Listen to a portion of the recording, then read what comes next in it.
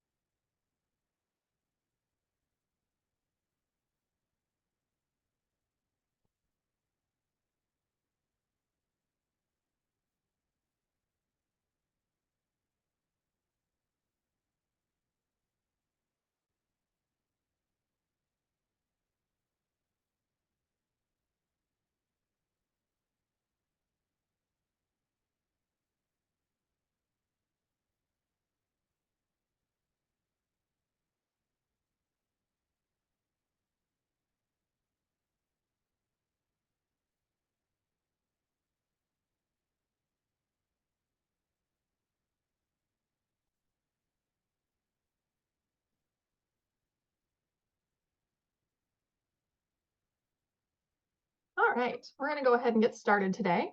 Thank you for joining us. I'm sure we have about 30 people registered, so hopefully we'll keep seeing people pop in, but want to be good stewards of everyone's afternoon.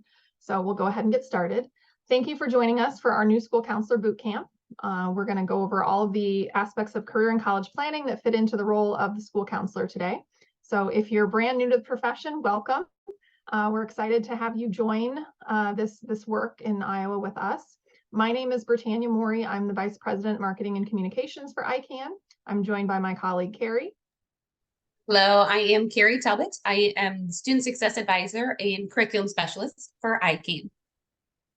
Carrie and I have both served on the Iowa School Counselor Association board.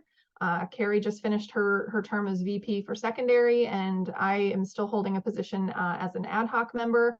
I represent ICAN on the board, so we will be talking both about ISCA and ICAN today. To introduce you to ICAN, if you aren't very familiar with us, other than, hey, I should go to this boot camp thing. So we are an education nonprofit. We've been around since 1998. We are home-based here in Iowa, and our mission is to help Iowans achieve lifelong success through education, training, and informed decision-making. So we do that through a variety of programs, which I'll talk about here. We have offices located throughout the state, which means that wherever you are located in Iowa, hopefully there's an ICAN center within an hour or possibly two that you can seek out help. So we're in Cedar Falls, Cedar Rapids, Coralville, Davenport, Ankeny, Des Moines, Sioux City, and Council Bluffs. Each of those areas has a student success advisor that is assigned to that portion of the state. So depending on what region of the state you're located in, you will have a student success advisor assigned to your school that can work with you on ICAN programming, ICAP, all kinds of things like that. So some of the advising services we do offer in our offices, but also virtually. You can see there, you can schedule virtual appointments with students and parents. We do every aspect of the career and college planning process. So career exploration, assessments, college exploration, comparing programs, comparing colleges. We talk to students about how to fill out applications, do selections, the scholarship process. What we're probably most known for is our FAFSA completion assistance. So when you are working with your seniors and you want to get them prepared for the FAFSA, we are your best friend. Please reach out, talk to us, utilize our services. That is why we're here. All of our services for students and parents are free. So if you ever have a family that you just think, you know what, they need to sit down and talk with someone, you can refer them to us, or you can help them schedule that appointment either in person or virtual. We are always happy to help. So as I said, ICAN is here to help. Some other programs that we offer for schools. We do presentations, both in person and virtual. We do have videos on our website and on our YouTube channel that cover a wide variety of topics in the career and college planning arena. You can look at pre-recorded full-length webinars. Those last anywhere from 30 to 60 minutes, or we also have short clips on specific parts of the process. So we may have a 2 or 3 minute clip just on admission applications. We do e-alerts and senior tips. So you can sign your students up for our e-alerts using their school emails. The biggest one there is our senior class alerts. We send out approximately 50 some messages to seniors throughout the senior year, reminding them of timeline things, deadlines. We send out scholarship announcements, FAFSA reminders, webinars, events, things like that, keeping them on track all the way through senior year. We have similar alerts for freshmen, sophomores, and juniors. There's just not as many as there are senior year. We have a materials library on our website that you can download PDFs of all of our materials, resources, worksheets to help you if you're advising a student or need resources in that regard. Our website is icansucceed.org. There is a whole section on our website just for counselors. So definitely take advantage of that. And we're on Facebook and I'm going to still call it Twitter, X. But we're on both. We also have an Instagram page, which are all outlined there. So you can see the different handles and things like that. This is our YouTube channel where you can see that we do our tips of the week come out on Thursdays. Those are video tips where we talk about a specific topic each week. So you can every counselor who's in our database assigned to us gets that.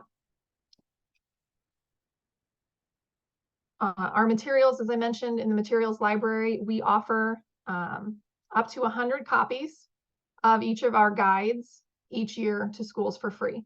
So you can see we do guides on freshman transition, career and college planning, the financial aid process, and careers and building trades.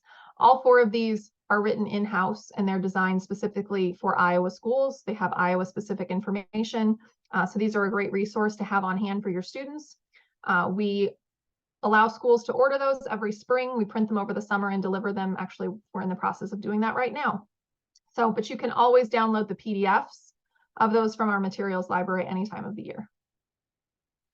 Other presentations that we do, I mentioned FAFSA completion assistance. That is an event that we do. We will come out to your school and help your senior families complete the FAFSA. We will come out and do presentations on freshman transitions, career and college planning, and understanding the financial aid process.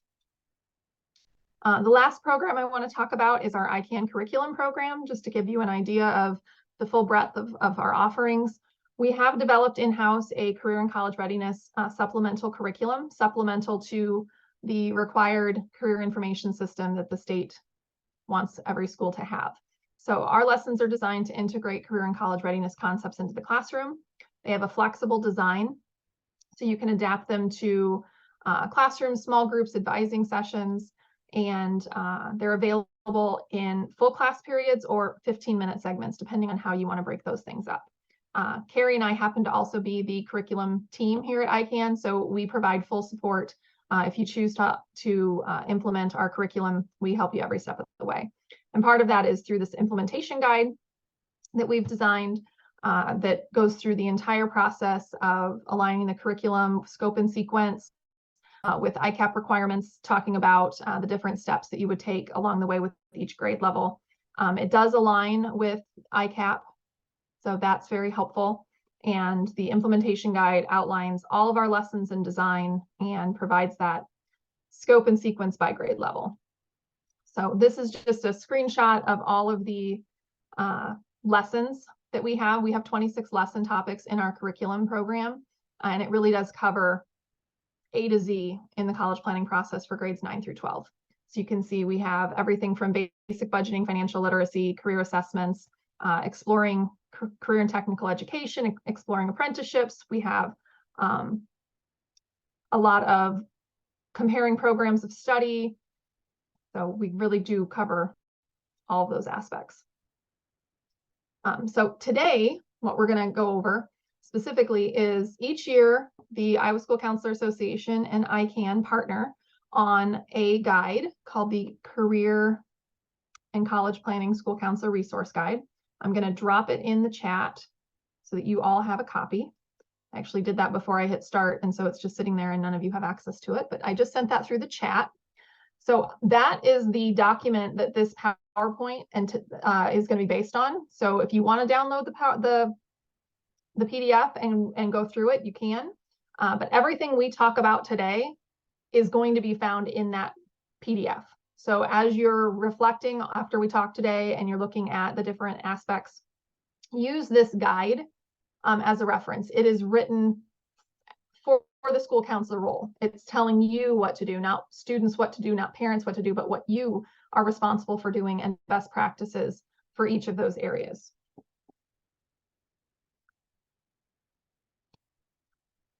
And is this still me, Carrie, or is this where you take over? I forget. Still me. Okay. So we start off with career and college readiness. We start off with the Iowa definition for career and college readiness as a foundation for all of our programs. And really, as you're trying to meet Iowa code requirements, understanding what the Iowa expectation of a student graduating career and college ready is can help you in that planning process. So according to Iowa, students who are college and career ready have acquired the necessary knowledge, skills, and strategies to be successful. So they've achieved proficiency in essential content knowledge, they've acquired practical transition skills, they've developed key learning skills and cognitive strategies, and they've built a strong foundation of self-understanding and engagement. That's your foundation. You also want to look at the different components of career and college readiness. So we're talking about college aspiration. We're also talking about college and career readiness and academics, how that fits into it. We're talking about the enrichment that they will receive through extracurricular and volunteering, exploring college and career. How do you explore? How do you select? Helping students through that process, helping them understand how everything is connected and what things they should be considering when making those decisions, how to use those assessments, the affordability piece, the financial literacy piece. You don't have to be an expert in financial aid, but it is important for you to know where the resources are to help your families understand financial aid. And ICAN is a great resource for that. We do financial aid training every year. Our staff is at the top of their game in terms of understanding the financial aid process. So that is one of the big things that we help Iowa high schools with.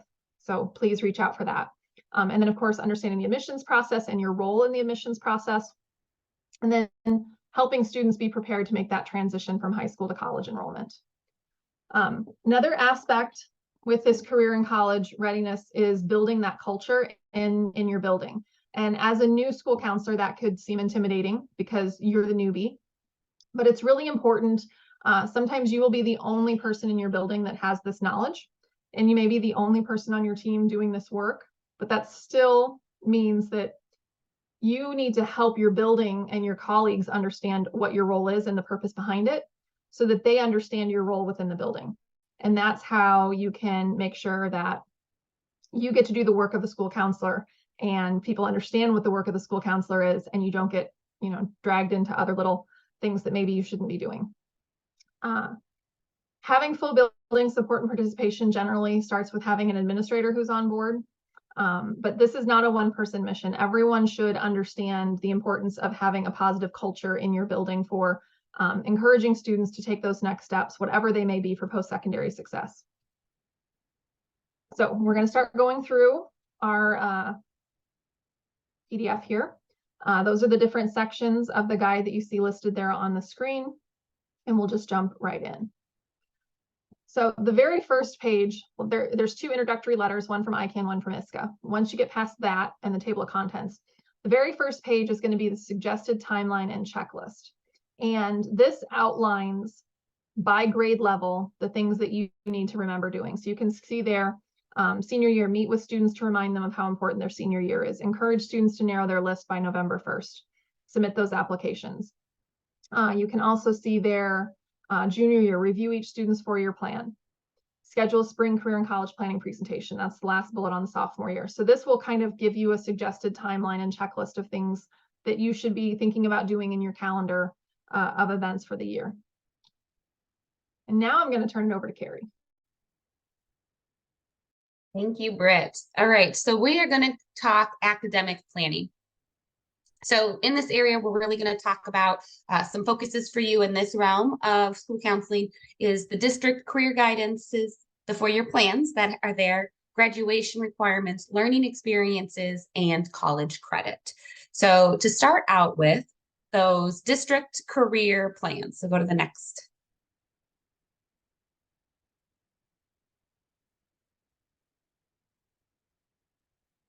It's coming. So district career guidance plans, we'll start going. I know the screen's not up there yet, but it'll get there. These are those 4-year plans, thank you, that are required for all kids in 8th grade to create. Many of your districts now will have the DCAP, that District Career Academic Plans, which is a K-12 initiative for your district. And then each student in grades 8 through 9 must have an ICAP, Individualized Career and Academic Plan. A big focus on these is that 4-year plan for students, along with going through some other aspects of career and college explorations. But specifically with those 4-year plans, it is asking students to create 4-year plans starting in 8th grade and reviewing every single year the courses they are going to take while in high school. And while creating these 4-year plans for students, it is important to express with them that they should look at courses in the core classes, English, math, science, and social studies, but also in various electives and career exploration courses. So highlighting graduation requirements at your school. I was actually a high school counselor prior to being my role here at ICAN for 12 plus years. And so, we did this every year with the students going through their 4-year plans. And even though they heard it from me starting in 8th grade, graduation requirements to graduate from this school, every year we reviewed it. And every year there were students that didn't remember what the graduation requirements were to graduate. So it is still important to be reviewing those graduation requirements with students, giving them updates on their progress towards graduation. Yes, they get those report cards. Yes, they know they passed, but giving them all of those updates as well. But making sure when you are sitting down with students, looking at those 4-year plans, you're talking to them about graduation requirements. Okay, what courses do we need to take? Putting those in there. But then also, what college are you looking at going to? And what requirements do we need for there? Another important topic would be world languages. Do they need to have world languages in their 4-year plan somewhere to get into the program or the school that they want to talk about? So we had a question come in the chat, and that's a great time for me to remind you that if you do have questions, the chat is enabled, so feel free to drop those into the chat at any time. The question is, are there specific courses the state requires students to take for credit? And yes, there are minimum in terms of, in the state of Iowa, students must graduate English, math, science, and social studies, that they have to have a minimum of those. They need English, basically, every single English classes, every single year. They need 3 years of math, science, and social studies. In the state, there is a lot of PE or health requirements that students have to take. They can look different at each district throughout the state. So, what a student takes to meet their health class in one district might not be the same as the next. So it is very important that you look at your district's board policies to see what is outlined within that board policy. At the minimum, the state has set, you must take the English, math, science, social studies, and have that health component with PE. Beyond that, some districts do have specific requirements themselves, but that's just something that it's a great, excellent question to ask. Looking at your district board policies would be your first step. If you don't know where those are, ask the building principal. Hopefully they know where those are located and they know exactly what's required to graduate from your district as well. Does it matter what math class? Said we have to have students take at least Algebra 1, and that is true. That is set by the state, that most kids must at least some point in high school have Algebra 1, unless they are a student that is on an IEP, a special ed student, and there are other requirements that can satisfy that for those IEP students. But gen ed wise, yes, that colleague would be right. There is just, math is the only one that has that extreme specification with what math is required or what they have to minimum take. Great questions coming through. So those graduation requirements, making sure that they are plugged in and going forth there, along with that world language if they're needing it for the college that they are attending. After 4-year plans, it is important to talk about the courses for their career pathways as well, besides those core classes. So, if a student is interested in the health careers or into the industrial techs, saying, okay, here are the courses we have to offer that align with your health career or the industrial tech class you have, and making sure that the student plugs those courses into their four-year plans as well. This continues to build the skills that the student's going to need in that specific career area, and just helps them to continue to solidify that is still an interest that they have. Again, it might be a great time to talk to the student about college classes or AP classes if your district offers either of those, and talking about requirements for those, making sure that, are you a student academically strong? Do you have the motivation and the will and the skill to take those classes? Yes, a student might have the skill there, but they might not have the will, maybe, or the motivation to do all the extra work that comes with a college class or the extra time out of class that it takes. Also talking about career training courses. So supplementing some of those other career pathway classes with some career training. And some examples I give for this is, students that have wanted to do nursing or medical, I always encourage them to take intro to computers class or psychology class. And some of they're like, why? It's not a health class. It's not a math class. And I say, well, because in the districts I was in, Kirkwood Community College was a local community college for me. I said, their nursing program at Kirkwood requires you to take intro to computers. It's a computer class. You spend a lot of your day on a computer potentially. And so having those skills now can help you going into those programs. So really looking at kind of overall, when you look at four-year plans, the core courses, world languages, and then career-based types classes for students. So those are kind of a quick summary of those courses to look at. And then we talk about optimum preparation. So this is for students that, really any student, but specifically if a student is going to be college bound, meaning that they're planning to go to a four-year university, it's strongly recommended that, as you can see on the chart on the screen in front of you, that they take 4 years of English, 4 years of math, 4 years of science, and at least 3 to 4 years of social studies, as well as world languages, and then 1 to 3 years of electives. And this is optimum preparation, meaning that to be the best prepared for getting into college and being prepared for the rigor that college is going to offer, this is going to give students the best academic preparation for that. It makes sure that they have the highest level on all of those areas, but it also makes sure that they have all of the admission requirements to get into that university, especially around things like world languages, as some colleges require a world language to get into those universities when many high schools do not have that requirement just to graduate from them. So it's always good for them to start a student off with optimum preparation when looking at their academics.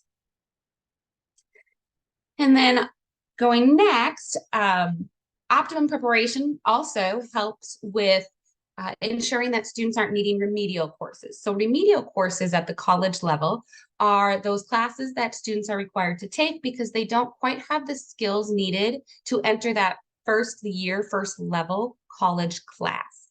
Many colleges will require you to take some form of placement test or your ACT scores, and that'll determine if you have a high enough score to take their, entry-level 101 English or math class. And if you don't meet those requirements, they're going to make you take remedial classes to try to get you the skills ready, so that way the next semester or the next year, you can take that entry 101 class that is needed. These remedial classes do not count as college credit, but they cost the same as a regular college course. So this just means the kid is paying the money to take this course, plus potentially extending how long it's going to take them to graduate, because they have to first take all these remedial courses before they can start taking their major and college-based courses that are needed.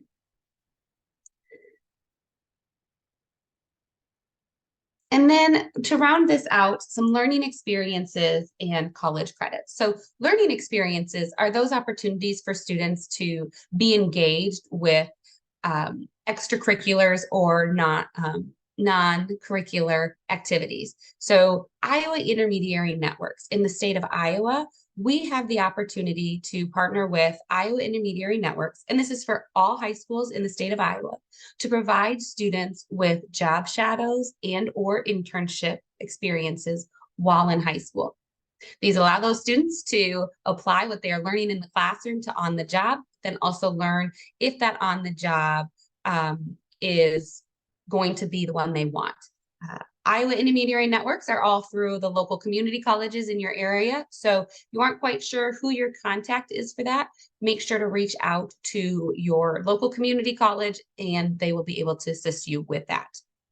There's also career academies.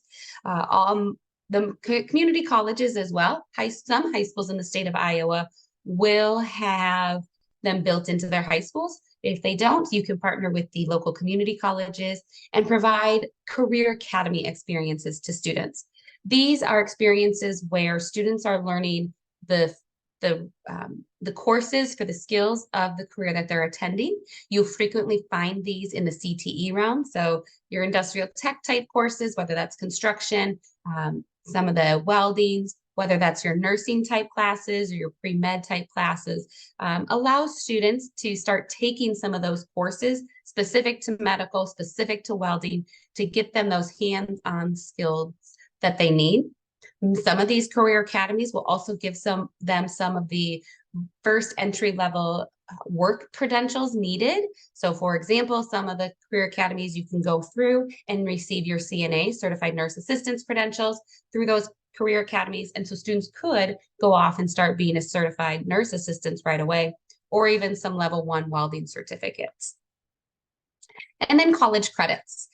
So high schools in the state of Iowa have to offer college credits to students. It's in legislation. And there's 2 different types of college credits that are around. Senior year plus legislation is what dictates the college credits. It's concurrent enrollment and advanced placement. There's also courses called PSEOs, but concurrent enrollment courses are those courses that your students are taking with your community college right there in your local community college. These may be online or they may be in-person courses. Some high schools also have them within the walls of their building, taught by maybe a high school teacher on staff or from an adjunct professor from the local community college.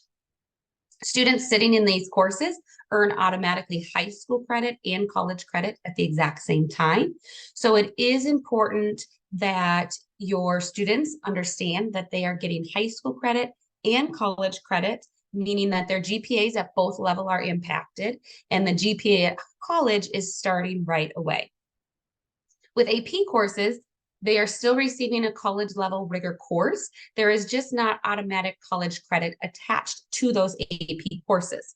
So with students taking AP classes, they need to take an AP test at the end of the course, usually in late April, May timeframe, and pass that AP test. I say pass, and that looks different at every single college that a student attends.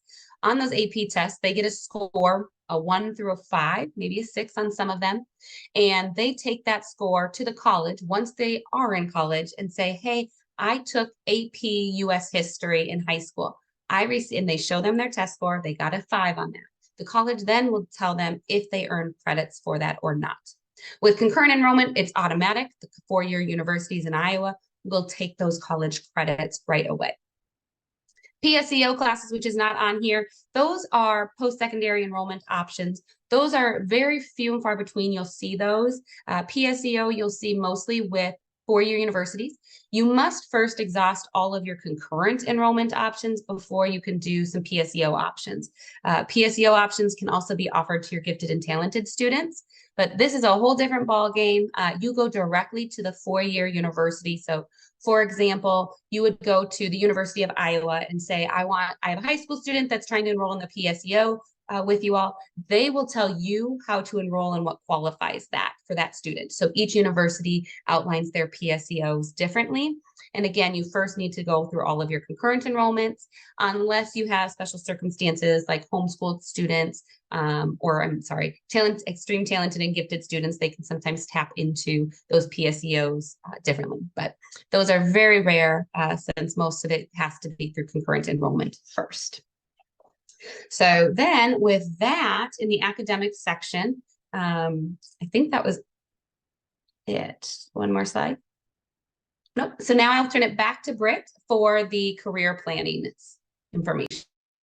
All right. So career planning Typically, when we talk to counselors, this is kind of the biggest question mark area. So we're going to go through step by step, and just if you have questions, drop them in the chat. So career planning has a lot of different components, and this is where you're going to rely a lot on your community and that intermediary network that Carrie mentioned. So with career planning, you're helping students with assessments, you're helping them understand all of their post-high school options. You want to give them some idea of apprenticeships, trade programs, job shadow and internship opportunities. All of that comes into play.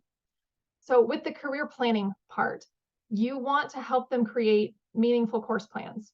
So when you're doing those 4-year plans that Carrie talked about with the academic planning, when Carrie mentioned aligning that with career pathways or career assessment goals, there's a lot of flexibility in a student's elective courses, or even in which sciences they choose to take. Helping them align their interests and their future goals with those course plans helps them explore. So making sure that when you have them take their career assessments, that you spend some time with them, helping them understand the results and how that can relate to their course plan and their 4-year goals. Those assessments help students better understand their interests, skills, and values, and that can help match to potential careers. And there are career assessments that will then say, okay, this career, here are some recommended high school courses. And so you can filter that into the 4-year planning process and say, oh, okay, so you were matched with, nursing. These are our health classes. As Carrie said, keyboarding is going to be recommended, or you're looking at sales, they recommend psychology. So helping them understand that and connecting those assessment results. Exploring all of the different education and training programs required for a chosen career pathway. So when we talk about career planning, we talk in the state of Iowa that there are 6 career clusters that are made up of the 16 career pathways, and that every career in existence falls into one of those 16 pathways, which is then in one of those 6 clusters. So when a student aligns with a pathway, there's a wide variety of individual careers in that pathway that they could choose from. So helping them explore all of those and not just this one career, right up until the point where they realize, oh, that's not for me anymore, but now I don't have any other options. I haven't looked at anything else. You want to help them broaden their horizons in areas that fit them. So their career pathway, their career cluster. And then within those chosen career areas, if they do hone in on a career, what are all of the different options? So I'm linking to health science. Immediately they might think, well, but I don't want to go to school forever and be a doctor. What other education and training options are still within that health field? There are 1-year programs, there are 2-year programs, there are 4-year programs. There's 2+2 or 2 and go into the workforce and then continue your training.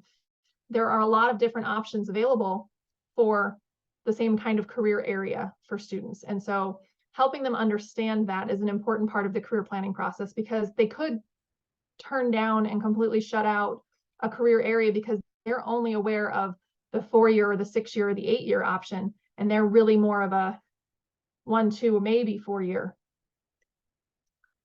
You also want to help them search and understand different opportunities at different colleges and universities and how that will meet their needs. And then building that portfolio, their assessment results, their work experiences, their college searches, helping them keep track of all the progress they make through this process so that they can refer back to what they've already done. What are their goals? What are their plans? What is the purpose? Where do they want to be? In using career assessments, you're helping your students, again, identify their strengths, skills, and areas of interest. They can match their results to the career pathway or an industry. They can then link that pathway to specific careers and salary expectations. Now, salary expectations, we don't want students picking a career based on how much money they're going to make, but we also need to use those salary expectations to help create an affordable and responsible budget to get them the education training they need for a career. So it is part of the conversation. It just shouldn't be the reason that they're picking a career. We also want to help them understand the education requirements that lead to potential college majors and what careers those are linked to. And that will then help them narrow that list of potential colleges that fit their interest area and price range. A lot of times your district information system is where you're going to find that assessment, although you are not tied to using that for everything. So it's a really important thing that we want to share about your ICAP requirements, your DCAP requirements, and your career information system. Yes, you have to have a designated career information system from the approved state list, but that doesn't mean that that is your entire ICAP solution. So you can say, this is the designated system and I use it for X, but I don't really like how it does Y and Z, so I'm going to use other resources for that. So at ICAN, we use ACT plans, and that's our assessment, the tool that we use when we advise students. It's free. It provides all the things I just talked about. So you can use whatever assessment your school uses. You can look for other assessments, but whatever you use, you want to integrate those results. Helping students understand why they're doing something, not just having them take the assessment once a year and then, well, I checked the box, the assessment's done. What are you doing with those results? How are students understanding those results? Are they integrated into their 4-year plan? You can use that to suggest extracurricular activities or places to volunteer so they can learn more about those areas. It will help identify potential job shadow and internship opportunities. That is part of that career planning. And then it identifies potential careers to explore and to do more research on. Helping them understand all of their post-high school options. So again, we define all of these in the guide that I attached in the webinar chat. You being able to rattle off all the differences in these programs will help you help students and parents understand the options. So what is an apprenticeship program? What are career training programs? You know, the difference between a certificate and a diploma. What is the difference between an associate of applied science and an associate of science?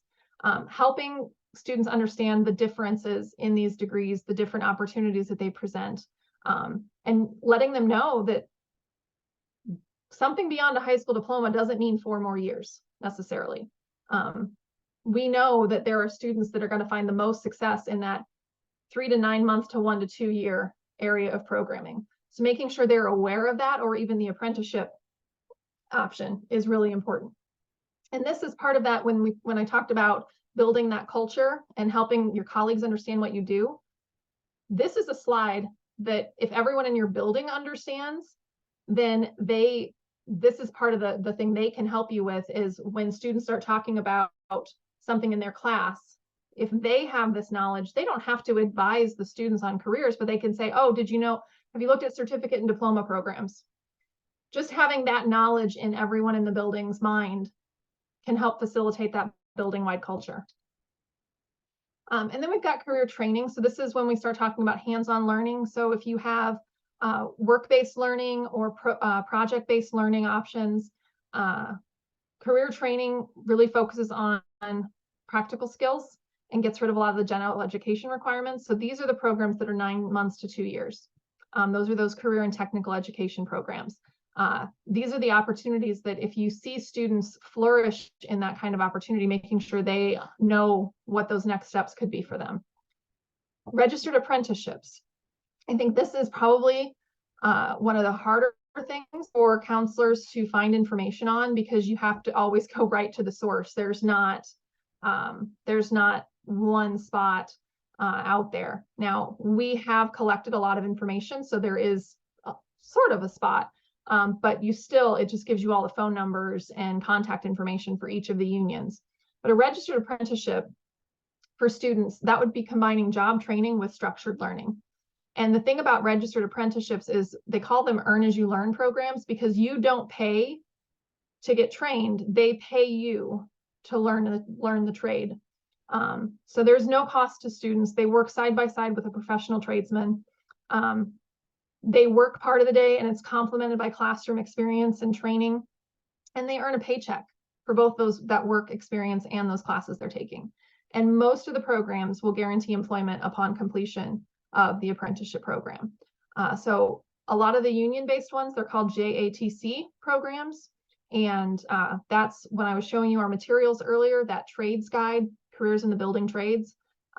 That booklet covers all of the building and construction trade opportunities in Iowa and provides the contact information for most of those union JATC apprenticeship programs here in the state. So that's a great resource to have in your counseling office for students who are looking for that hands-on work experience, who maybe don't want to go to college, but are looking for a little bit more. That would give them a certification beyond a high school diploma. It would give them excellent training, and training through a JATC union registered apprenticeship program that is accepted nationwide.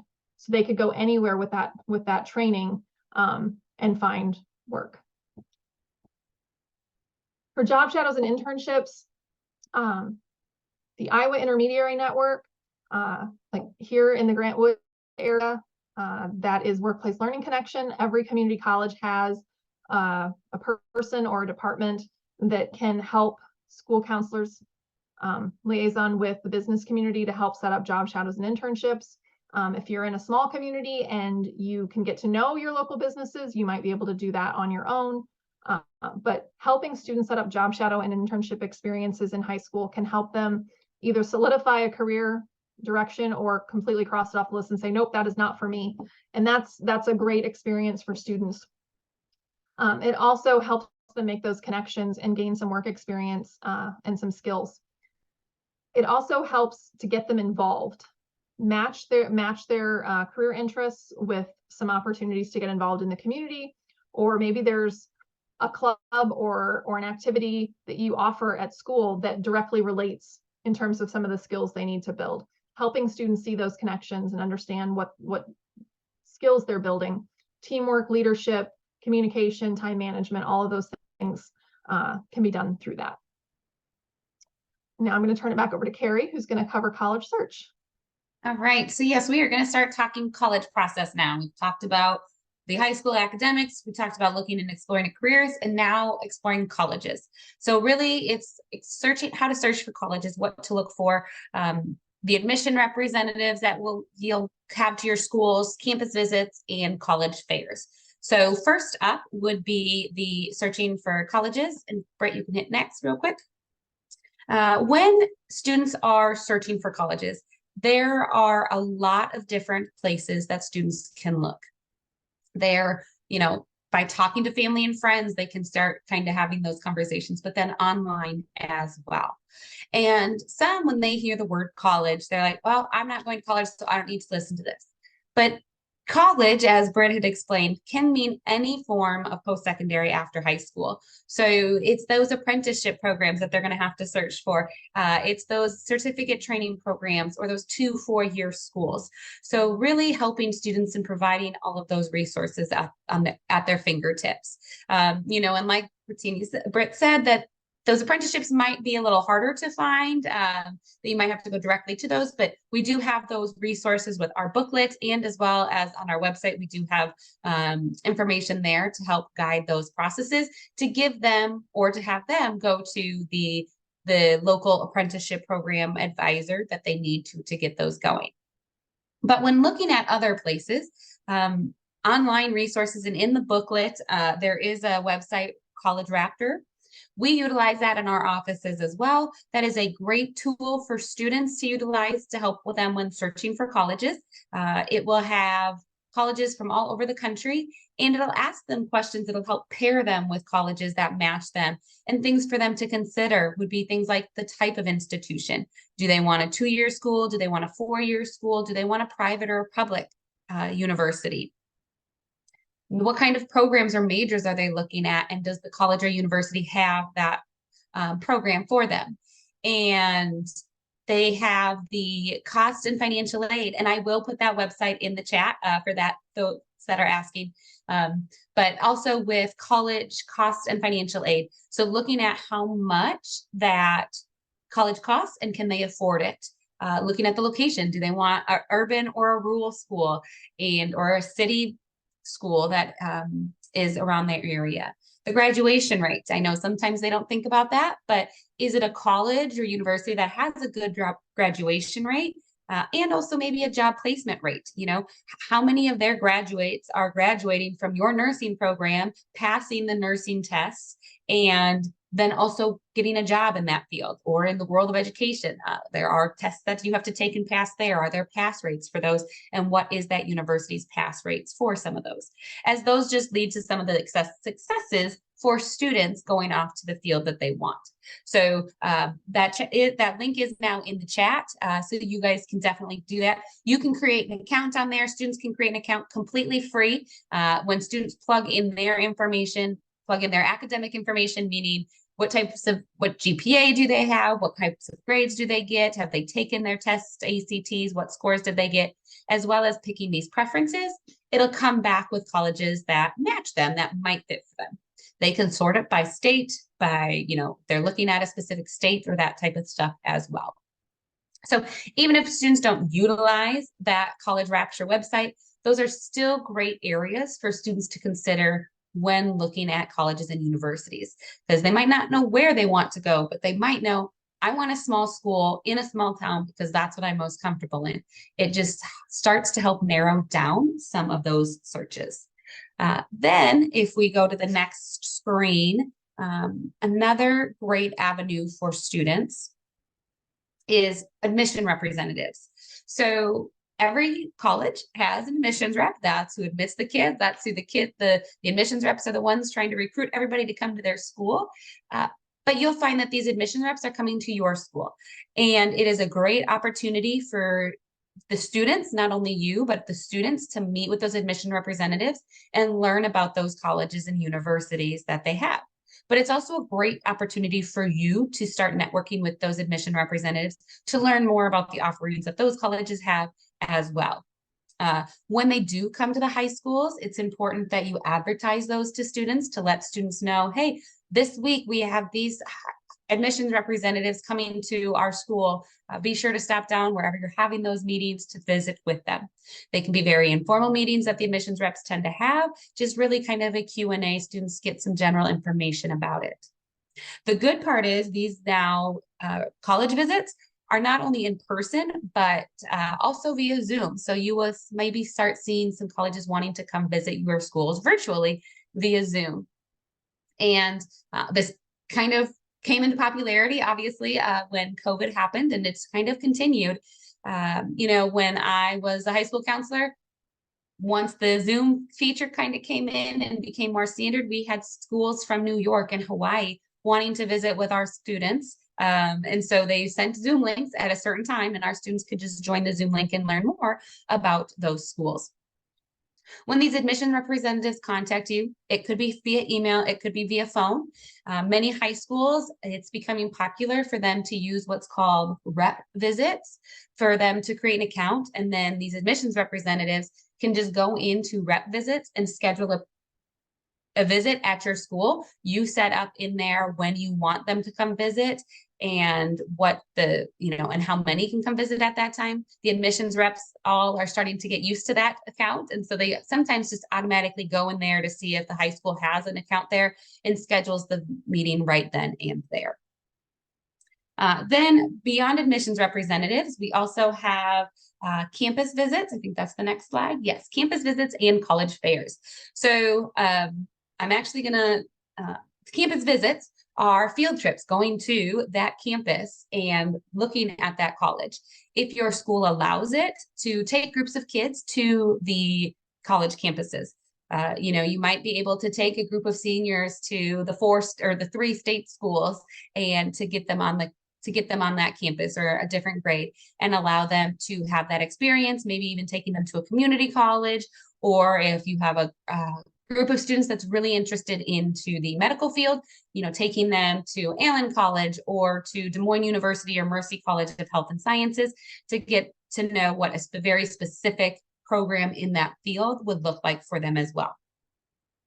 If your school does not allow college visits and groups, like you taking them on a field trip, still highly encouraging your students and families to go on to these campus visits, starting their sophomore or junior year of high school, and really getting a feel for what it is like to be on those campuses.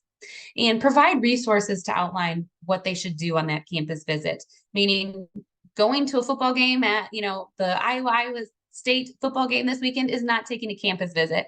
That is just something fun on campus that you're doing.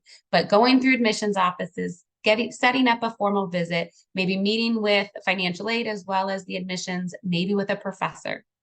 On our website and our materials library, we do have a handout that you can provide for students about campus visits. It talks about questions to ask different departments, but then also on the back of it, it has them compare different, the schools that they visited. So they can see, okay, I visited this school. I liked these features about this school, whether it was their location or the programs they had to offer. And so that way, when they're going through those visits, they can say, okay, based on all this, these are the schools that are now my top running. And then there's college fairs. So college fairs are an opportunity for students to kind of speed date different colleges and programs that are out there in one location. The colleges come to one location and the students then can visit their booths and learn more about them. And we actually ICAN hosts 2 of the biggest college fairs that Iowa has. One being Golden Circle, and that is happening this month in September, September 24th. It is a Sunday, and it happens in Altoona, specifically at Prairie Meadows. So in Des Moines, Altoona, this Sunday, not this Sunday, but Sunday, September 24th, we have that fair. So encourage your students to attend that. We will have, we typically have over 100 colleges and universities, not only from the state of Iowa, but from other states, as well as career program trainings there. Then in the spring, March 24th specifically, we host the ICR Future Career and College Fair, and that is held in Cedar Rapids at the Kirkwood Hotel. So those are 2 great college fairs for students to attend.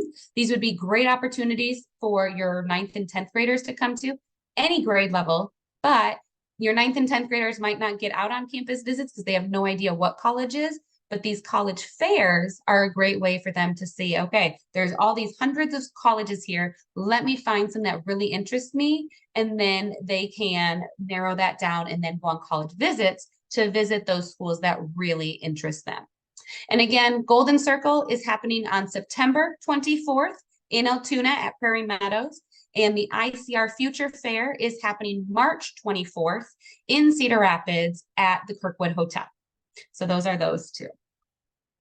All right, so we talked about searching for colleges, and now we're going to look at college admissions. So some specific areas about college admissions that we're going to highlight is the Regent Admission Index, testing, essays, recommendations, scholarships, transcripts, and college athletics and graduating. So when it comes to college admissions, we're going to specifically highlight the Regent Admission Index. And that here in the state of Iowa is what the 3 state schools use for the purposes of admissions. And it is based on their ACT, GPA, and number of core classes. It is a mathematical calculation, as you can see on the screen in front of you, that they plug in their information, it pops out a score. In the state of Iowa, if they receive a 245 or higher, they are considered automatically admitted into our 3 state schools. So Iowa, Iowa State, and University of Northern Iowa. Yes, schools now are test optional in terms of not needing to take the ACT or SAT for the purposes of admissions. So if they are a student that's not planning on taking the ACT or SAT, they won't be able to use this mathematical calculation. They can still apply to those universities. They will just go under what's in an individual review process, meaning that the colleges will have to individually look and manually look at that student's application to see if they are eligible or admissible into their university. So they are still admissible. This is a great tool for students to utilize frequently. If they can utilize this tool for admissions purposes, they can kind of guesstimate where they might be admissible to in terms of, do they have 4-year college admissibility or not? So then that transitions us right into those SAT, ACT, so test scores. For the purposes of admissions, many colleges have turned to test optional since COVID, and many are not planning on returning to forced tests.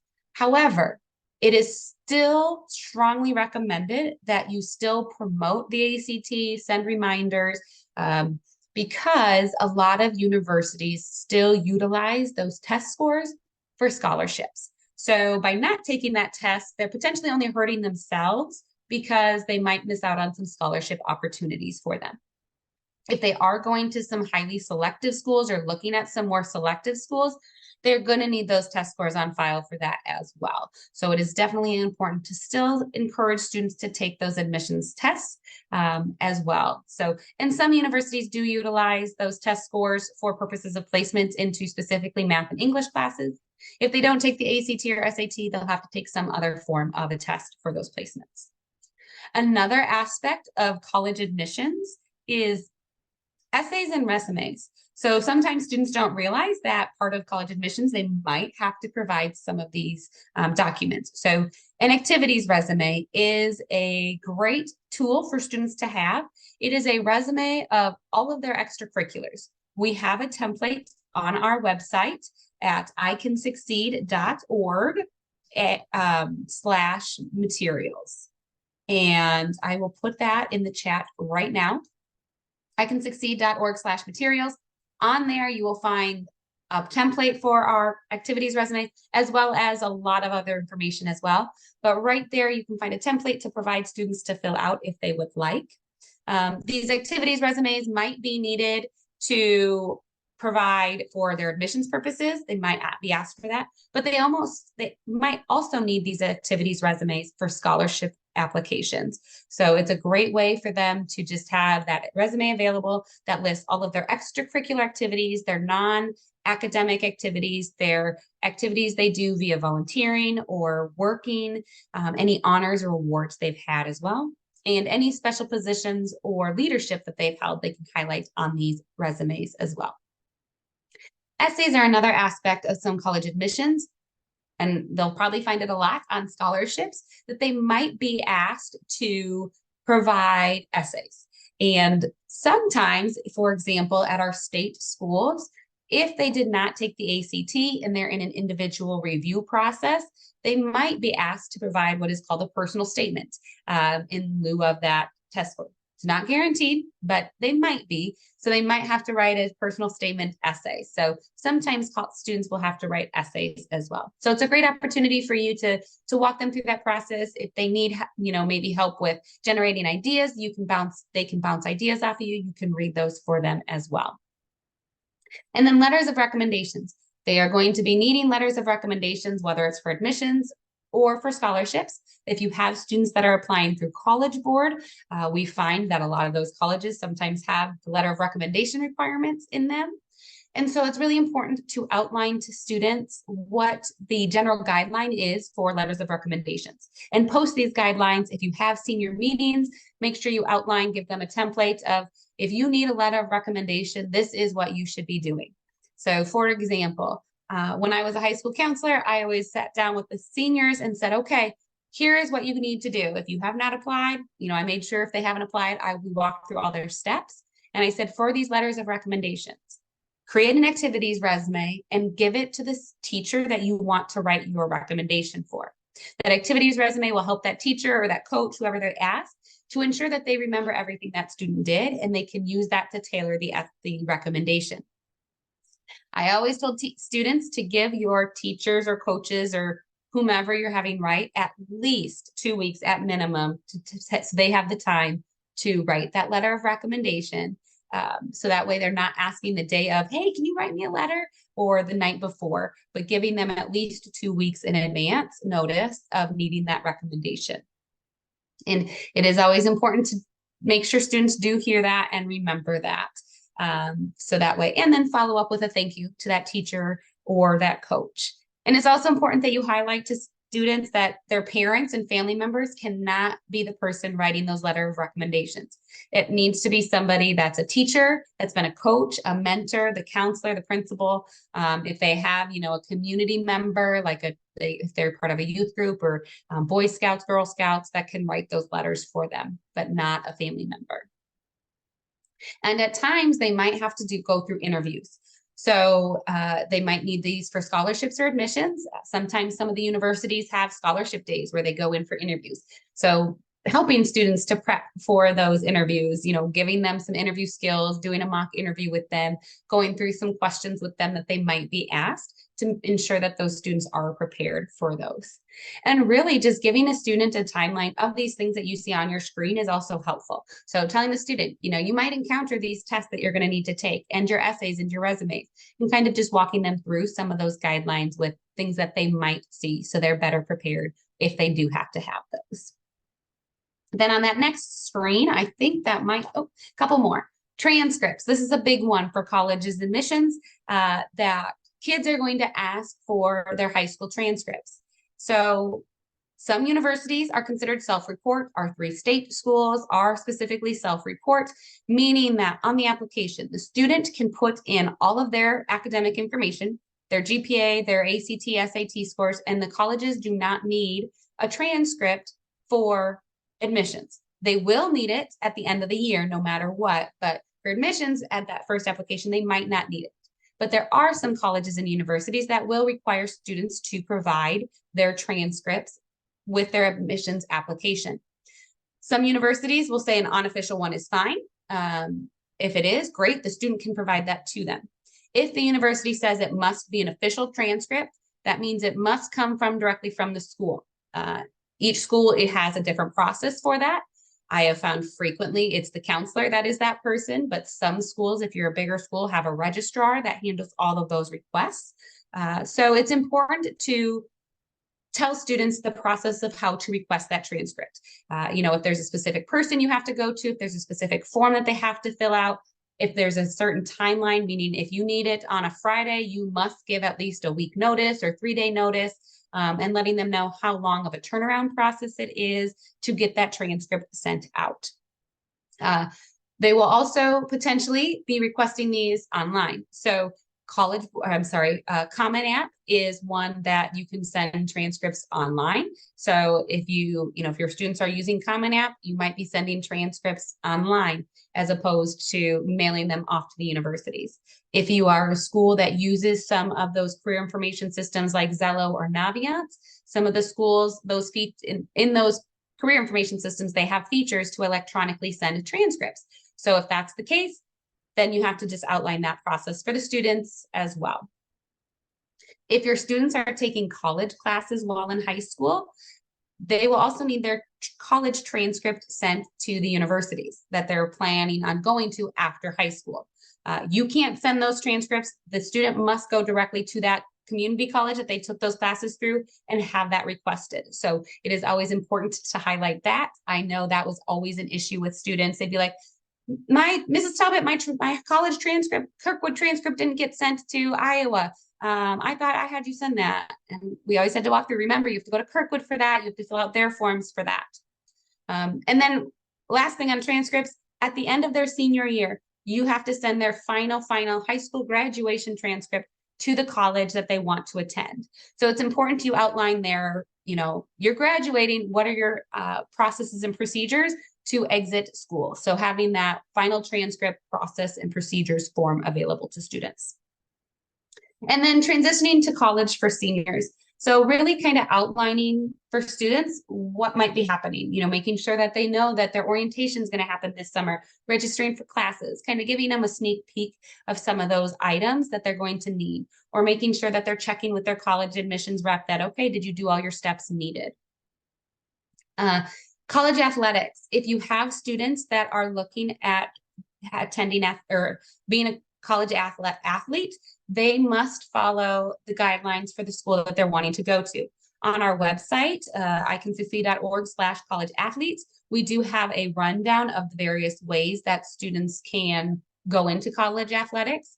There's the NCAA, there's the NAIA, there's the junior college process as well. Each of them are different. The NCAA, those are going to be your D1, D2 schools. Really, and some D3 schools, if a student is an NCAA eligible student, they know. Frequently, those schools are recruiting them, and usually they'll know if they're going that route. With your NAIAs, they could potentially join their second semester of their senior year. And so it's really important that you outline with students, even if they don't know yet if they want to play athletics in high school, or if they're a freshman and like, I'm going to play athletics. they need to register with the NCAA or NAIA, or even the National Junior College if they're planning on like community college. So they do need to register for whichever level of collegiate athlete they're playing for, whichever association.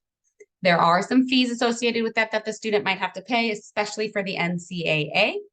But we always highly, highly recommend that they join that no later than, really, if they know they're playing athletics, their junior year. And I say that because there are specific course requirements that students must meet, especially with the NCAA, in order to be a part of the NCAA. So it's really important that you are working with your kids that are going to college athletics to make sure that they are taking the appropriate approved courses, because each high school has approved courses that qualify for each association. So it's just important that they are taking the right courses in a timely manner. So that way, if they missed a course or two, they send their transcripts to the association comes back and says, yep, you're qualified, or nope, you did not qualify.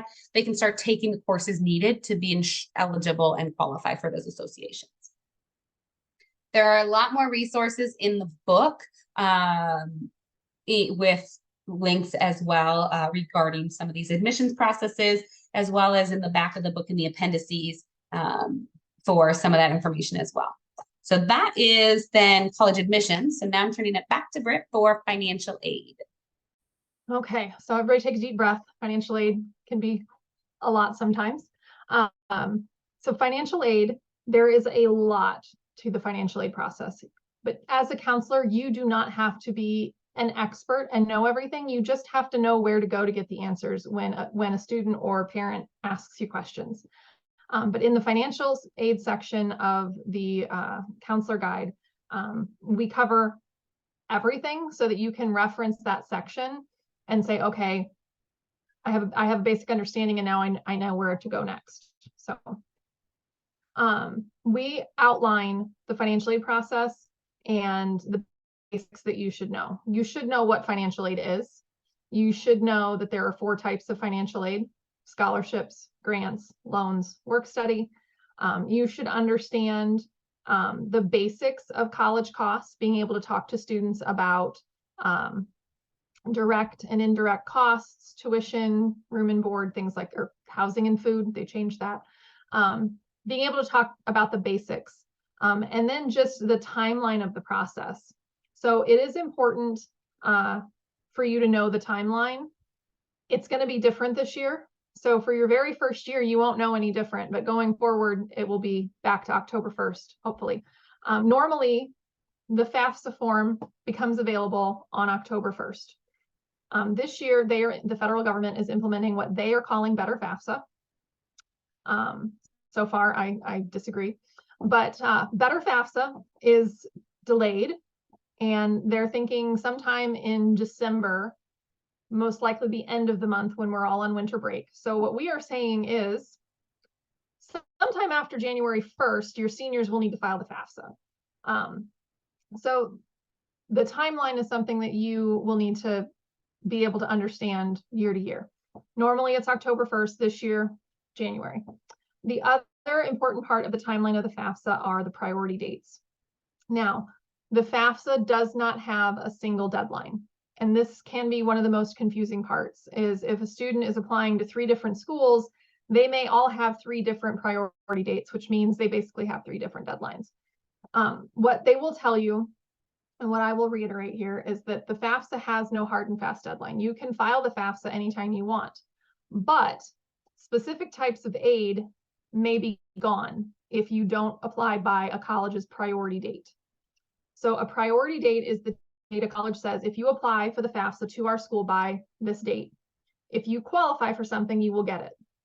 But if you apply after the priority date, they cannot guarantee that there will be money left available to you.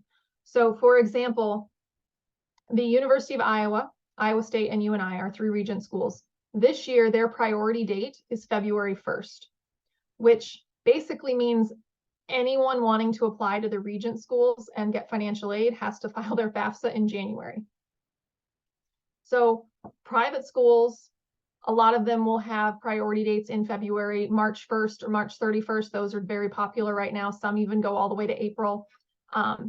But if a student is looking at 3 different schools, let's say they're looking at the University of Iowa, Kirkwood Community College, and they're considering Simpson. They need to file their FAFSA by February 1st because the University of Iowa is February 1st. So you want to help students figure out the earliest priority date of the college that they're interested in. That is their deadline for the FAFSA. Even though Simpson isn't until March 1st, Kirkwood is like April 15th. They need to look at all the colleges they're considering and find the earliest priority date, and that becomes their FAFSA deadline.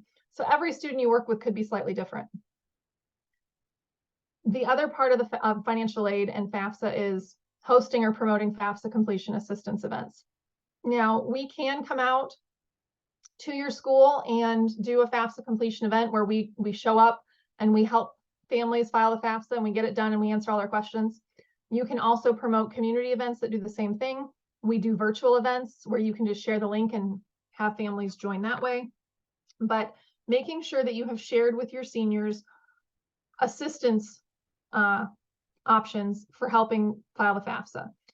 The FAFSA, even though they say it's getting easier, it can be very intimidating for families. And a lot of times just the idea of how scary the FAFSA is in their head, even if they have no actual experience, the scariness of it in their head can prevent them from filing the FAFSA. So the more awareness and assistance you can share with your families, the more likely you are to have a high FAFSA completion rate for your senior class.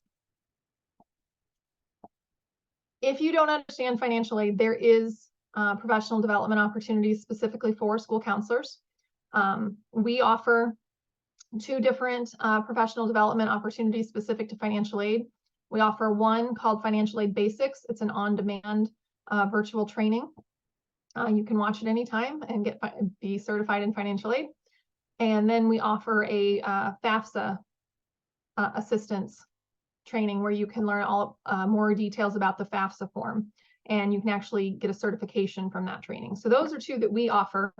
ISCA, which is the Iowa Association of Student Financial Aid Administrators, they will provide financial aid training throughout the year as well.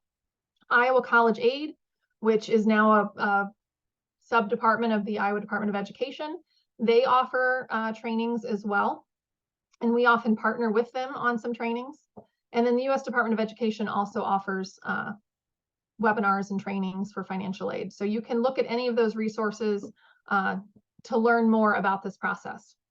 Another aspect of financial aid to help your families is to bring in ICAN and have them have us do a community or school-based information session. We also do webinars throughout the year that you can share with your families, and we go over this entire process and tell them everything they need to know. We answer their questions.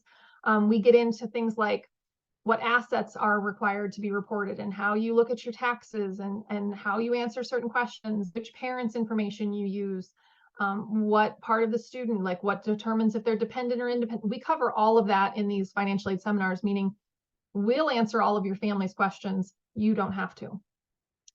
You can also provide live stream or virtual presentations, post those on your counseling website, share those out via email with parents.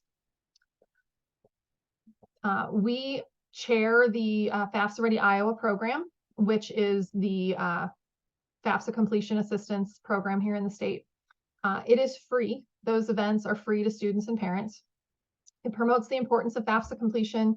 You can host one of these through us at your school. You can promote, if there's a college near you that's hosting one of these, you can promote those to your students. We also do virtual and in-office advising, so you can send your families to us as well. And then the other aspect of financial aid that you need to promote to your seniors are scholarships. That's really a big thing that you will get asked a lot of questions about as a counselor. Where's your list of scholarships? What are the local scholarships? What should I do for scholarships? How does my student get scholarships? Our section on scholarships in the guide outlines this entire process for you. And we have vetted a lot of the different scholarship search sites. So you don't have to go figure out, oh, is this one a scam? Is this one real? We give you lots of options to share with your families. We give you some websites, we give you some apps, and we have vetted all of those. But if you ever come across one, it happens once or twice every single year where a counselor will get something in the mail that says, or a family will get it in the mail and then ask their counselor, is this legitimate? You can always email us and ask, hey, have you ever heard of this company, or have you scan us the invitation? Because 9 times out of 10, we have seen it before, and we can tell you if it's a legitimate opportunity for students or if it's a scam. We also do an ICAN scholarship process webinar for students senior year. Once November, December-ish, and then once again, January, February timeline. So you can share that with your seniors. You can tell them to watch it live. You can share the recording afterwards. And that is a really good way to introduce students to that scholarship process and make sure that everyone is on the same page. With financial literacy, there are opportunities in the state. The Iowa Jumpstart Coalition is a great partner that provides a database of personal finance resources. So if you are in need of something, if that falls into your wheelhouse in your school, that's a good place to look for those resources. We do have some virtual presentations that you can show your kids on. We do one on understanding credit and money management. We do have like a life store, which is a family scenario that you can bring into your school or purchase and do on your own. But those are some options as well for financial literacy. In the back of your booklet, one of the last sections is the Career and College Readiness and Action section. And this is where we describe additional events that can bring these discussions to life and help students make more informed decisions. So you can have a career day in your school. You can host a career fair. Take part in the month of October. There's a National College Application Campaign where you can bring in volunteers from area colleges, and you have an event where you help seniors fill out admission applications.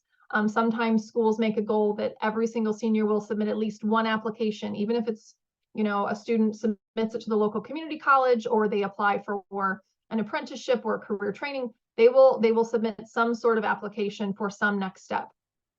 We already talked about FAFSA completion events. Award letter review is something that you would offer or help coordinate in March or April. Having students, seniors and their families go over those financial aid packages that are being offered by the colleges, helping them understand how to compare them and how to make the best informed decision. Celebrating every senior's decision or signing day. Those can be big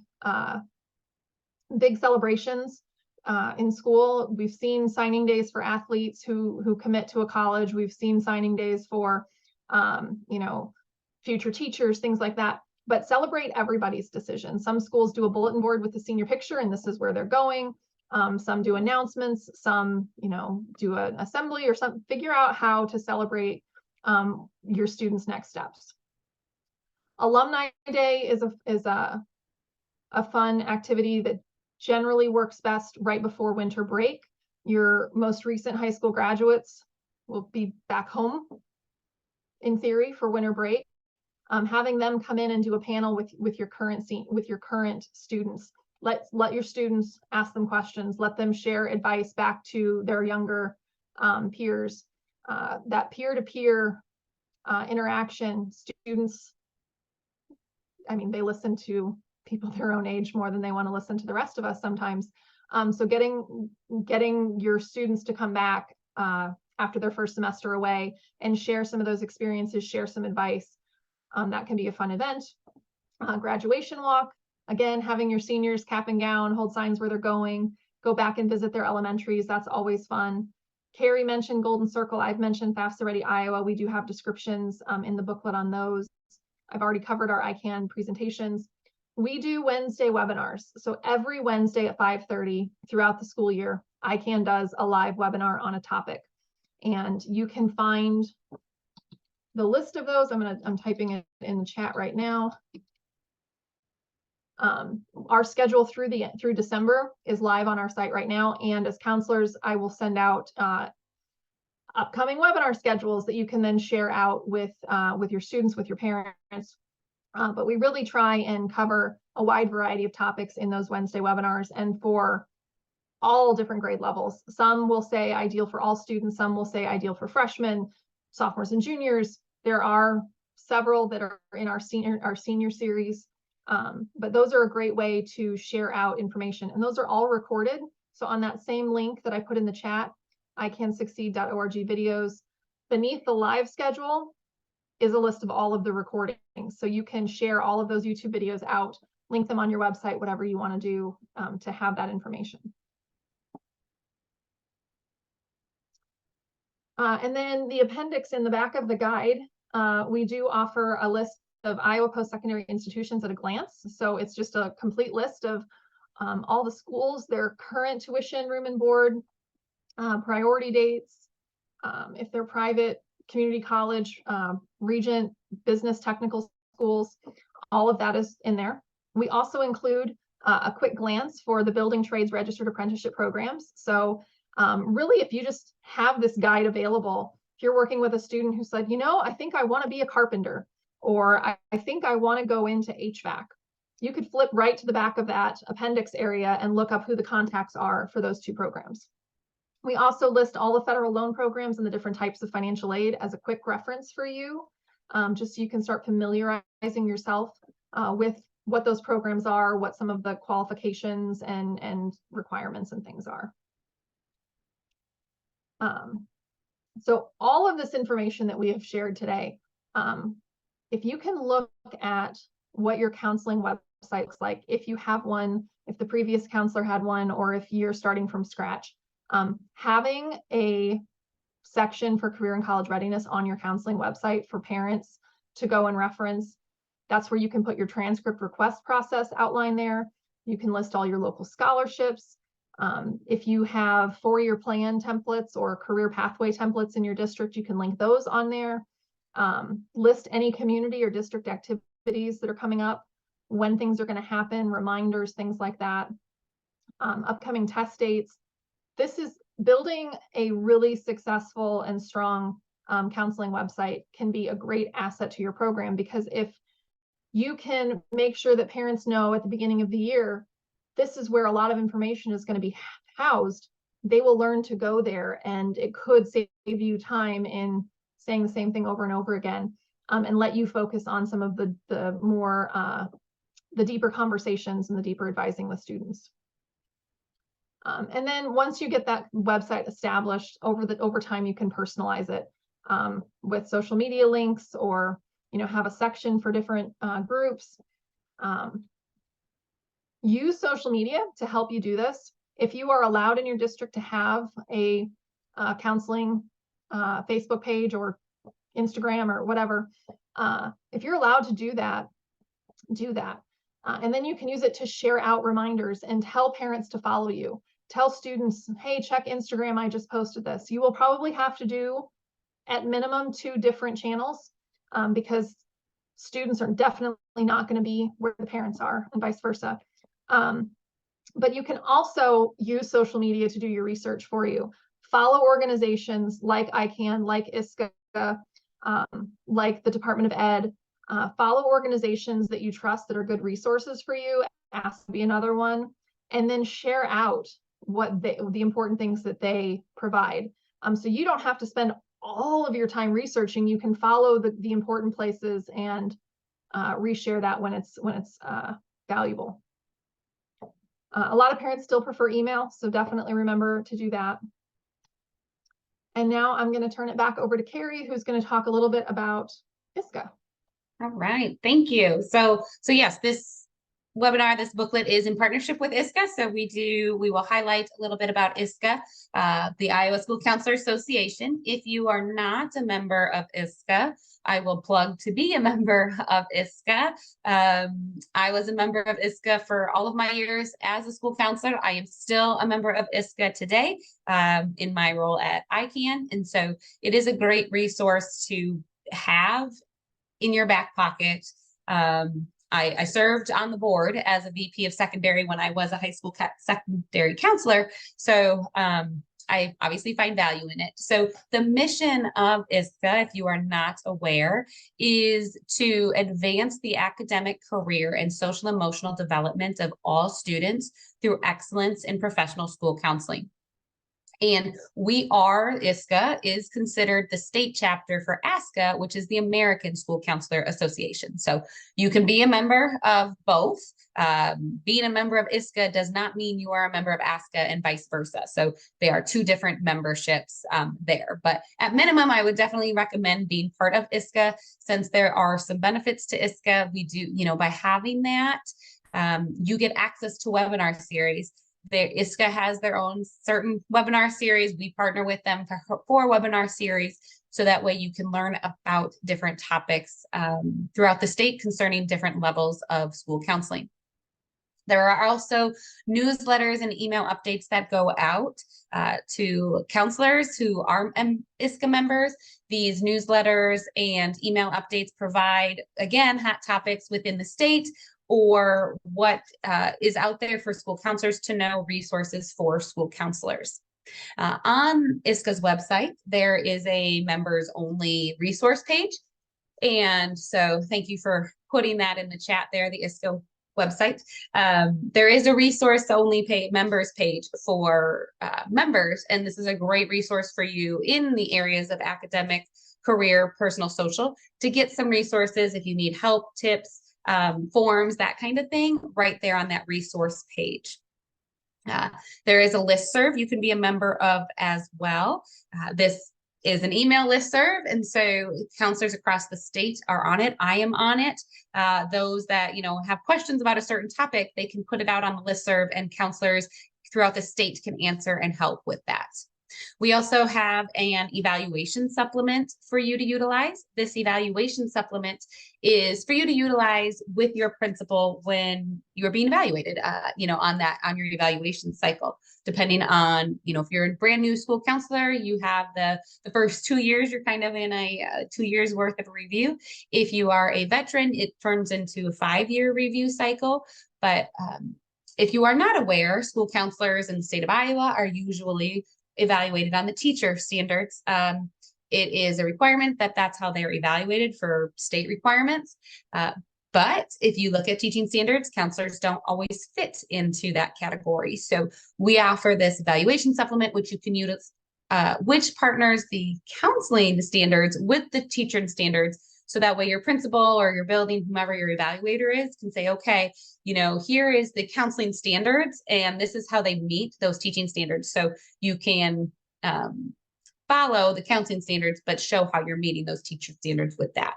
And then there's legislative advocacy. Through being a member of ISCA, they are there to advocate for you as a counselor. There is a whole chair dedicated to advocacy on ISCA. And so they provide position statements on certain areas in terms of, this is your job, this is not your job. So if somebody comes to you saying, hey, can you do this task? And you're not quite sure, you can look to ISCA, and there will be some position statements on there of, this is not our role, or this is our role, and kind of explains why and details those to provide those to whether it's your district, your principal, whatnot. And then we also ISCA does visit the Hill, which is in February, where again, they go directly to the Capitol and advocate on counseling behalf. So some additional ISCA information is the conference. So anybody can attend the ISCA conference. You don't have to be a member of ISCA. However, being a member of ISCA, you get discounts for that conference and some other benefits. So attending the ISCA conference is a great professional development for all counselors.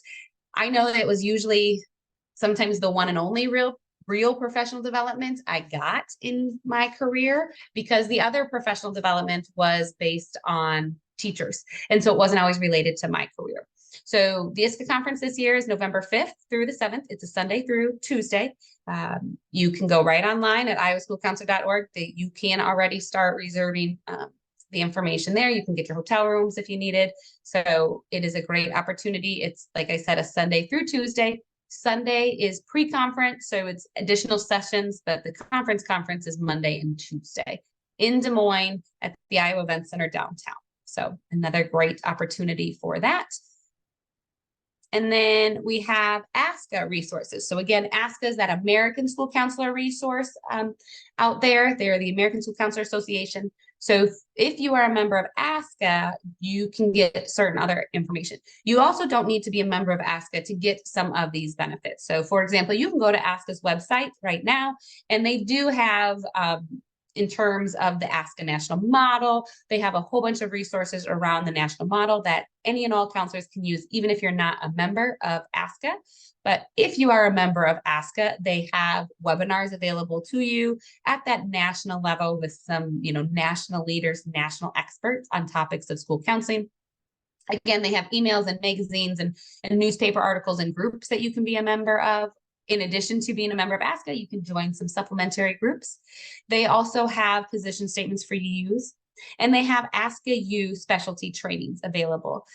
And in the state of Iowa, you can now use these as license renewal credits. And so through the AEA system. So if you're a brand new counselor first 2 years, you don't need to worry about renewal credits. But after your first 2 years, you will start needing renewal credits to renew your license. And you can utilize these ISCA U specialty training courses. I have actually taken quite a few of those specialty training courses throughout my years. They had some great ones on anxiety and depression, the test-taking anxiety. I did one about cultural diversity, grief and loss. So there is a bunch of different specialty courses that you can take to learn more about certain areas and gain more knowledge. So, and by being a member of ISCA, if needed, you get extra liability insurance. I think it's at $1 million, maybe 2 million, for liability insurance if you were ever needing that for any purpose. So the ISCA national model. So if you're new, you obviously just finished your counseling program, so had a lot of training in the national model. So now applying it into your counseling program. And so really it is important because it helps to unify and that vision for the entire school counseling program. It helps to organize your district K-12. I can tell you I've been in districts where the model wasn't heavily in place, and I've been in districts where the model was more in place. And the cohesiveness with the counselors, it was really a big difference when looking at utilizing the model. It also is data driven. So, when your school board asks you what differences are the counselors making, you have the data right then and there to say, okay, we have been working on career counseling because we need to up our, college readiness for our students. Here are the steps we've been taking. These are our action plans, and here are the results that we're getting.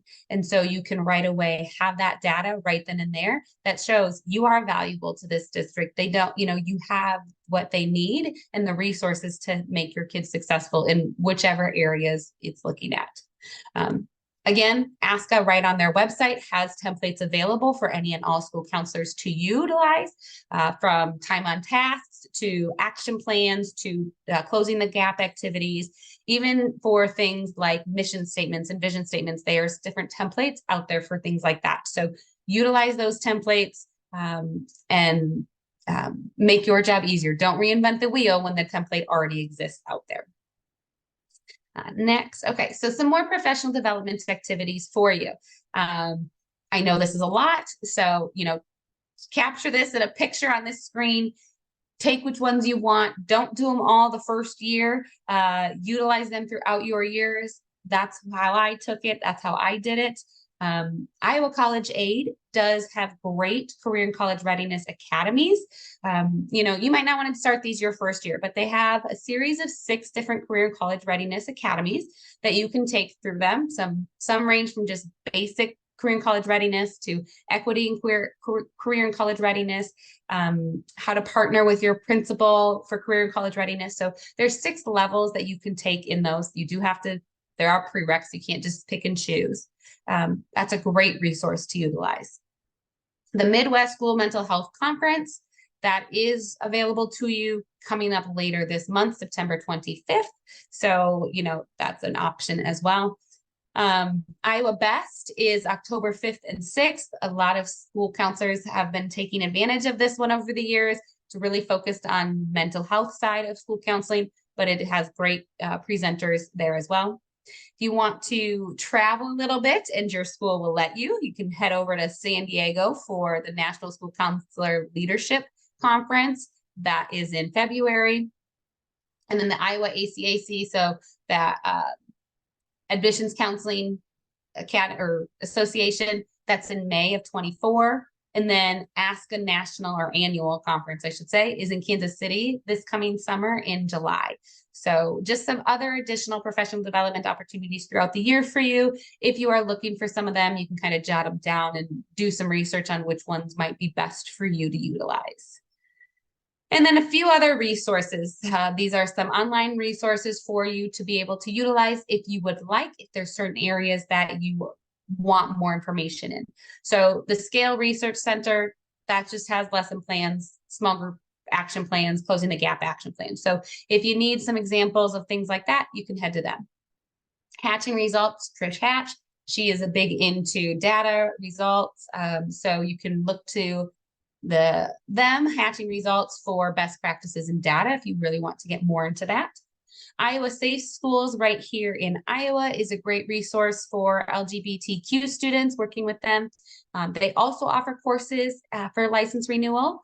And I have actually taken courses through them over my years as well. They have some amazing courses out there on many different topics. One year we were really struggling with some girl bullying at our school, and specifically online bullying too. And they had some great courses on online bullying and mean girls, girl bullying. So it was great to take those two courses to learn more about that, to get some more resources, how to help those students in that area. So looking to them for that type of information as well. The Iowa ACAC, again, the Association for College Admissions Counselors, that they have resources for school counselors when it comes to working with students on college admissions. So you can be a member of Iowa ACAC as well. But if you're looking at more information on college admissions, that's where you'd go. The Iowa Mental Health and Disability Services, MHDS regions. So this is mental health disability services in your area. So you can look up what works for you. And then the student loan forgiveness is not necessarily anything for you to help with students necessarily, but just for awareness that there's the Iowa Teach Scholar programs. Your students, if they're going into those programs, can help that, but specifically for you, if you're eligible for these, or public service loan forgiveness. So there might be some student loan forgiveness available for you as well. And then AEAs. So we all are a part of an AEA. So look into your AEA for help in these areas. All AEAs should have a counselor advocate that you can reach out to as well, that can help provide some professional development or resources for you as a specific school counselor. The Iowa AEA Prep is a post-secondary readiness website. You can look at right online to help with post-secondary readiness. The AEA Learning Online, that is where you're going to go for all your license renewal options through the AEA. If you're doing those ISCA courses, that's where you go to get those renewal options as well. They have conferences available, and they also have a listserv. So looking towards your AEA for a whole bunch of resources as well is a great local resource for your very specific area. And College Board. So College Board, they are the ones that have the PSAT, SATs. They also have a website for counselors that talks about advising for students, professional learning, with students, again, going towards the college realm. And so you can help get some resources and downloadable sources right there from College Board on best practices for counselors as well. This is just a quick links of places to go. Again, we've dropped a lot of the ICAN ones right into the chat, but we do have a what to bring and an FSA ID specific links. There they go in the chat as well. What to bring is going to be a PDF document for students and families, so they know exactly the documents that they need or the information they need to bring with them when filling out the FAFSA. Makes it go quick and smooth. FSA ID, it gives them information about what it is, where to set it up, everything like that. So, and families can make appointments with us right on our website as well. And then that is a sample of our website. So right under the quick links is some of those setups as well, the FAFSA, the FSA ID, but this is just a snapshot of what our website looks like when you're going to there. Up at the top, you will see that we have our website broken up with college planning, career planning, financial aid, and then a school counselors tab. This is a great resource for you to find out information to help you in your job with working with students. If you utilize any of our materials, promotional materials, you can find toolkits and everything for counselors right under that counselor section as well. And then, so yes, this is us, Britt and Carrie. We are here to help with any ideas. So feel free, if you have any questions, drop them into the chat. If you want to get to know your board members on ISCA, there's the website at iaschoolcounselor.org/board. Get to know your board members. Again, they are here to help and serve you. So if you need help, you need ideas, you can bring things to your board members that they can then help throughout the state of Iowa as well. So any questions, feel free to drop them in the chat, or thank you so much for being a part of our new counselor boot camp today. We wish you the best of luck this year, and just know that you can reach out to us anytime. This is why ICAN is around, to be helpful and to make sure that you have the resources you need. So have a great year, and thank you for joining us.